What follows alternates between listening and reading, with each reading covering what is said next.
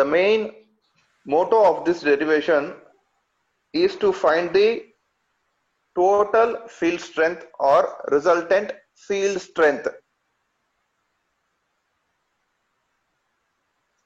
The resultant field strength can be written as ER, that is equal to EI, where EI is incident wave multiplied with 1 plus K e power minus j theta.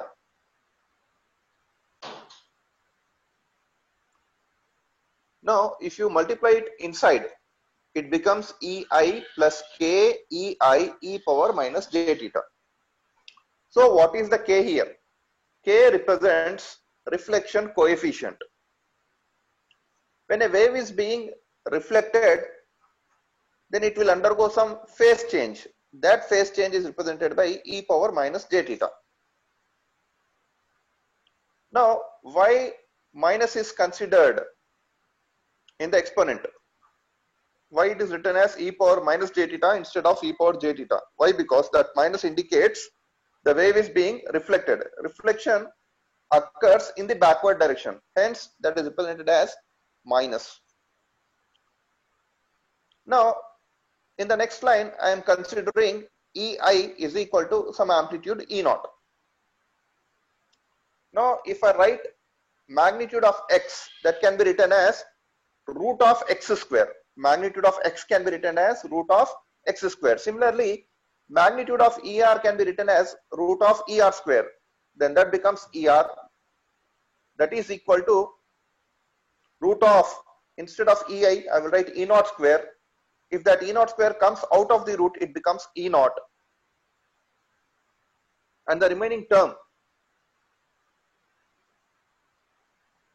this is 1 plus K e power minus j theta can be written as cos theta minus j sin theta. If I multiply K inside, that becomes K cos theta minus jk sin theta. Now 1 plus K cos theta becomes real part and minus jk sin theta becomes imaginary part. So in order to find the magnitude, x plus jy can be written as root of x square plus y square.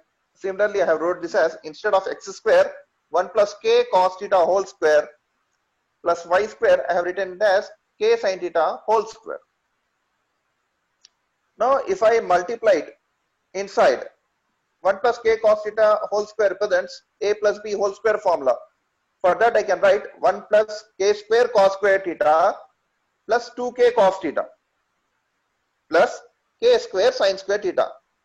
In the first term, there is K square cos square theta. In the second term, there is K square sin square theta. If I take K square common, that becomes cos square theta plus sin square theta, whose value is equal to 1. Then the next step can be written as ER is equal to E naught into root of 1 plus K square. How you got this K square? You took K square common and wrote cos square theta plus sin square theta, whose value is equal to 1. K square into 1 is K square plus 2K cos theta. And you need to remember one thing here. For perfect reflection, the value of K is 1. Then substituting that, you will get ER is equal to E naught into root of 1 plus K square. Instead of K, you put 1.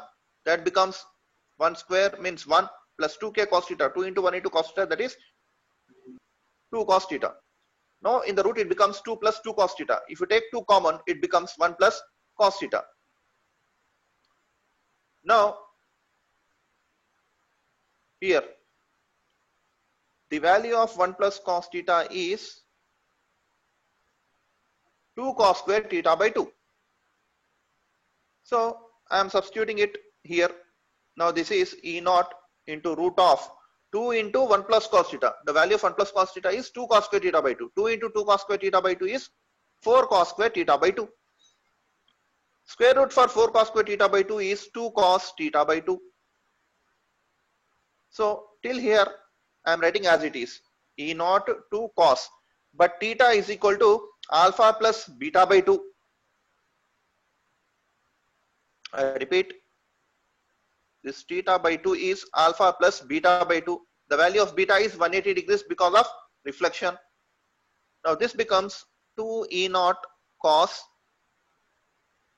180 by 2 is 90 plus alpha by 2. Now cos 90 plus theta is sin theta, then this becomes 2 E naught sin alpha by 2. If sin theta is very small, sin theta can be approximated to theta, then this becomes 2 E naught alpha by 2. So I'm cancelling this 2 and this 2. Now this becomes E naught into alpha. I wrote E naught here. The value of alpha is this one, 4 pi HT HR by lambda d. Now you can see the previous slide where you found that.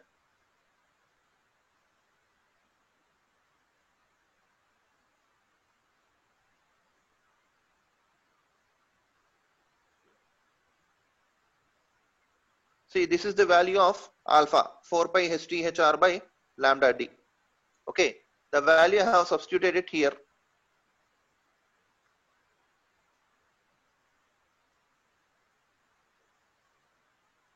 See here, E naught into 4 pi HT HR by lambda d. Okay, now the value of E naught for space wave is 7 root p by d. You need to put E naught is equal to 7 root p by d. Then if you multiply 7 root p by d with 4 pi HT HR by lambda d,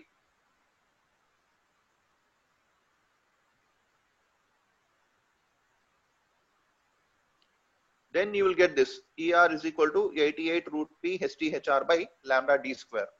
From this equation, it is clear and evident that the resultant field strength of space wave depends on square root of power radiated, means it is directly proportional to square root of radiated power. Electric field is directly proportional to height of transmitting antenna. Electric field is also directly proportional to height of receiving antenna.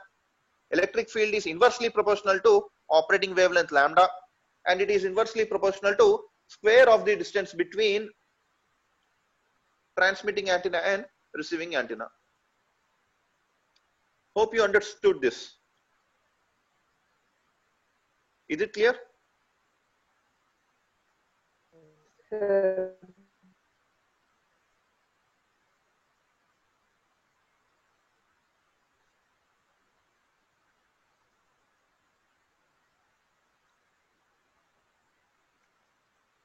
Now the next topic is troposcatter propagation.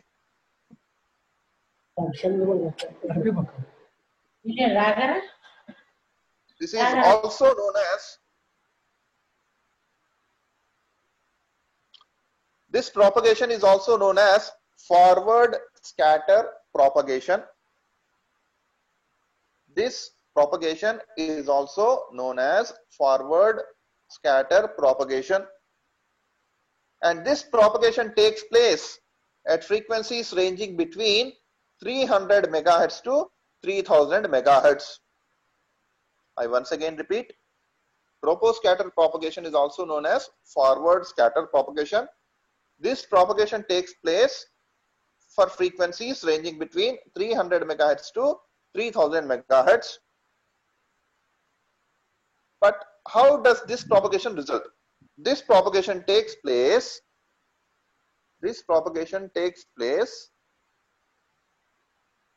due to scattered rays and diffracted rays.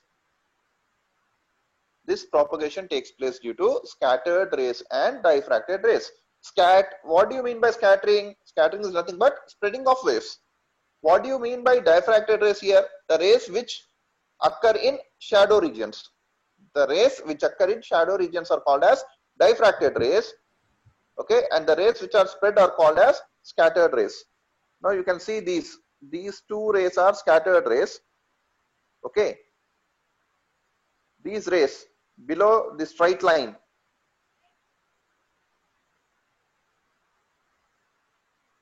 these rays below the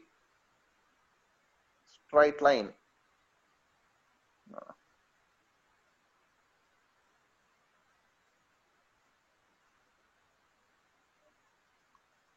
these rays are called as diffracted rays. I repeat, the rays above the straight line are called scattered rays, and the rays below the straight line are called as diffracted rays. Now, scattered rays are possible by troposphere. I repeat, scattered rays are possible by troposphere. Due to this mechanism, large field strengths are received at receiver even though the shadows exist. Now what he is saying, because of troposphere region only, rays are being scattered. And due to this scattering mechanism, receivers are receiving larger field strengths even though shadows are existing at the receiver. I repeat, troposphere is responsible for scattering of rays. And due to this mechanism, large field strengths are received at the receivers even though the shadows are existing there. And this propagation occurs starting from 160 megahertz onwards. This troposcatter propagation will start as it reaches 160 megahertz. From 160 megahertz onwards, this propagation will start to take place. And due to this mechanism of scattering, EM waves generated by transmitter use high directive antennas to reach the troposphere. See, just now we said that scattering is possible because of troposphere region only. But how scattering is taking place because of troposphere? The waves are being generated from your transmitting antenna. I repeat, the waves are being generated from transmitting antenna. After going to troposphere layer, this scattering is taking place. But the antennas which are used at transmitter are very, very high directive antennas. And the scattering of rays from transmitter to receiver is shown in the figure below. You can represent this figure with that. Okay, this question carries 5 marks. There are hardly 5 points in this.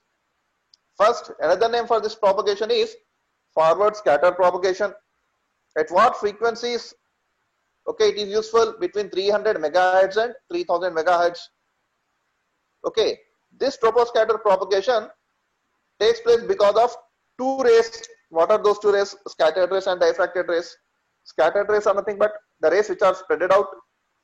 Diffracted rays are nothing but the rays which fall under the shadow regions.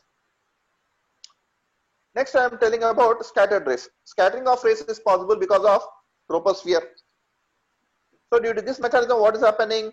Large field strengths are received at receivers even though shadows exist there.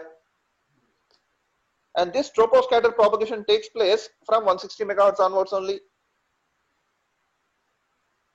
No, scattering was, we said that scattering is possible because of troposphere. How it is possible due to troposphere means, from transmitter, you are sending the rays towards troposphere. The rays are being scattered. How they are being scattered means, you are using very, very highly directive antennas at the transmitter. So the rays will move towards the troposphere region and then they get back to receiver on earth. This process is explained through a simple diagram which is represented downwards.